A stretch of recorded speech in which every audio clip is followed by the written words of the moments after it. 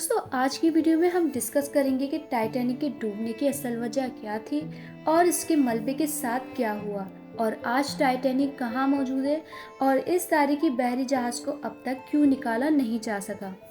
दोस्तों टाइटैनिक समंदर के 12,600 फीट नीचे है। अब जब 1912 में टाइटैनिक डूब रहा था तो इसके डूबे हुए मलबे को ढूंढने की बहुत कोशिश की गई। कई टीम्स अटलांटिक ओशियन में जाकर वापस आ चुकी थी, लेकिन टाइटैनिक का अता पता नहीं चल सका। दोस्तों आखिरकार 73 साल बाद 1985 में जाकर टाइटैनिक का मलबा ढूंढ लिया गया और उसको ढूंढने वाला शख्स रॉबर्ट बेरोट था। और इसको ढूंढने के बाद रॉबर्ट ने ये भी कहा था कि मुझे पूरा यकीन है कि टाइटैनिक को कभी भी निकाला नहीं जा सकता। दोस्तों वैसे तो इसके पार्ट्स को बारी बारी निकाला भी जा सकता है, क्योंकि आज हमारे पास इतनी टेक्नोलॉजीज मौजूद हैं कि हम समंदर की गहराई से चीज़ें निकाल सकते हैं। तो टाइटैनिक के टुकड़ों को निकाला क्यों नहीं जा सकता?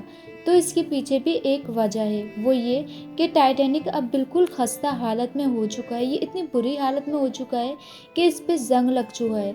दोस्तों ये इतनी बुरी हालत में मौजूद है कि अगर ये समंदर से बाहर निकाला जाए तो इसके टुकड़े सलामत बाहर निकाले नहीं जा सकते।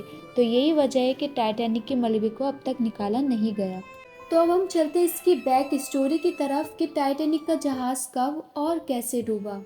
दोस्तों अप्रैल 1912 में एक ऐसा जहाज जो सिर्फ 160 मिनट में डूब गया था, जिसको दुनिया की कोई भी चीज या कोई भी ताकत डुबा नहीं सकती थी, इसका नाम टाइटैनिक था। इसको तैयार करने में 3,000 वर्कर्स ने दिन रात एक करके काम किया और इनमें से कई वर्कर्स मर भी गए। टाइटैनिक एक ब्रिटिश शिप थी और इसका ऑनर अमेरिकन था जिसका नाम जॉन मॉर्गन था और इसको 39 साल डिज़ाइनर थॉमस एंड्रोस ने डिज़ाइन किया था।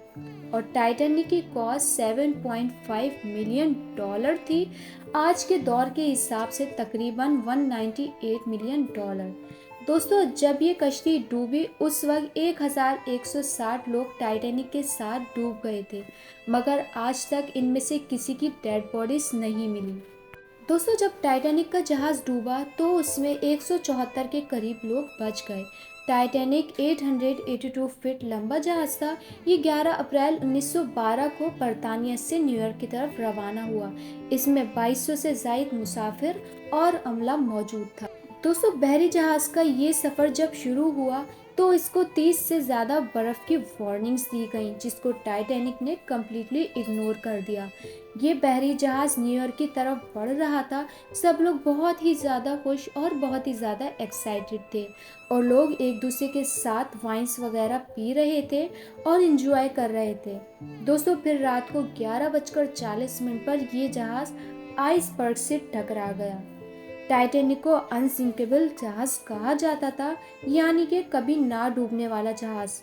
31 मार्च 1909 को टाइटैनिक की तामीर का काम शुरू हुआ। इस पर ओलंपिक के 3 माह बाद काम स्टार्ट हुआ। दोस्तों टाइटैनिक को डिज़ाइन करने वाली सिर्फ एक ही शख्सियत थी जिसका नाम थॉमस एंड्रयूस था। टाइटैनिक में डिज़ाइन और डेकोरेशन के अलावा सैलून और फर्स्ट क्लास पूल भी मौजूद था। जहाज के बनाने वालों ने यह दावा किया था कि अगर 40 कंपार्टमेंट्स पानी से भर जाएं तो भी जहाज के ब्रिज को कुछ नहीं होगा। 31 मई 1911 को टाइटैनिक मुकम्मल तौर पर तैयार हो चुका था। इसके बाद इसको समंदर में लॉन्च किया गया और अंदरूनी मशीनरी लाई गई और बाकी का काम पानी में खड़े करके किया गया। दोस्तों टाइटैनिक का सफ़र जब शुरू हुआ तो रेडियो ऑपरेटर्स को बार बार बर्फानी तोदे की वार्निंग्स दी जाती रही, लेकिन ये लोग उसे नज़रअंदाज करते रहे और अपना सफ़र जारी रखा। 14 अप्रैल की शाम को टाइटैनिक ने एक ऐसे इलाके के करीब जाना शुरू किया जहां बर्फ़ के तौदे मौजूद थे। कैप्टन ने जुनूब की तरफ जाने के लिए थोड़ा सा रुख तब्दील किया। फिर रात को तकरीबन 9:40 पर आइसबर्ग की वार्निंग मिली, लेकिन उसे भी कैप्टन तक पहुंचाया नहीं गया और यूं इस तरह इग्नोर कर दिया गया। फिर रात को 10:55 पर एक और जहाज़ ने उसको वार्निंग भेजी कि वो बर्फ़ की वजह से बहुत बुरी तरह फंस चुका है। तो रेडियो ऑपरेटर्स ने उसकी सलजमिश की कि तुम बार बार हमें डिस्टर्ब क्यों कर रहे हो। फिर रात को तकरीबन 11:40 पर कनाडा से तकरीबन 400 नॉटिकल मील जुनूब में एक आइसबर्ग नज़र आया। बुर्ज पर मौजूद कैप्टन को इत्तला दी गई कि फौरी तौर पर जहाज़ का रुख मोड़ने की कोशिश की जाए। कैप्टन ने बहुत कोशिश की कि जहाज़ आइसबर्ग से ना टकराए, लेकिन ये आइसबर्ग के इतना करीब आ चुका था कि जहाज़ की स्टारबोर्ड साइड आइसबर्ग से आखिरकार टकरा गई।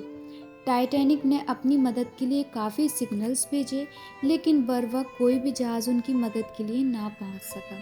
दोस्तों, फिर जहाज़ ने आहिस्ता आहिस्ता डूबना शुरू किया। अब जैसे ही ये डूबना शुरू हुआ तो पानी में लाइफ बोट्स को उतारने का काम भी शुरू कर दिया गया, लेकिन 2200 लोगों के लिए ना काफ़ी थी। इससे सिर्फ 1180 लोगों की जानें बचाई जा सकती थी। खतरा ये भी था कि लाइफ बोट में गुंजाइश के मुताबिक अगर लोगों को बिठाया गया तो ये डूब सकती हैं। इसीलिए गुंजाइश से कम लोगों को बोट्स पर भेजा गया। सबसे पहले लॉन्च होने वाली बोट का नंबर 7 ही था, जिसमें 27 लोगों को भेजा गया। हालांकि इसमें 65 लोगों को बिठाया जा सकता था।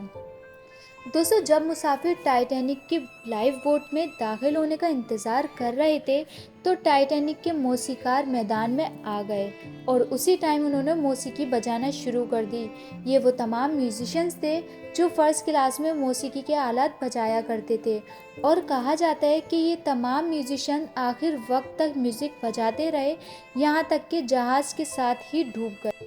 दोस्तों, इसके बाद तकरीबन 2:18 पर रात के वक्त टाइटैनिक की रोशनियां बुझ गईं। इसकी बिजली के तमाम तारालात खराब हो गए।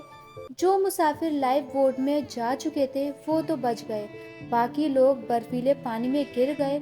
जब तक लाइफ बोट वापस आई तब तक ये लोग सर्दी से या डूबने से मर चुके थे। दोस्तों, 1500 या उससे ज्यादा लोगों ने अपनी जानें इसी तरह गंवा दी।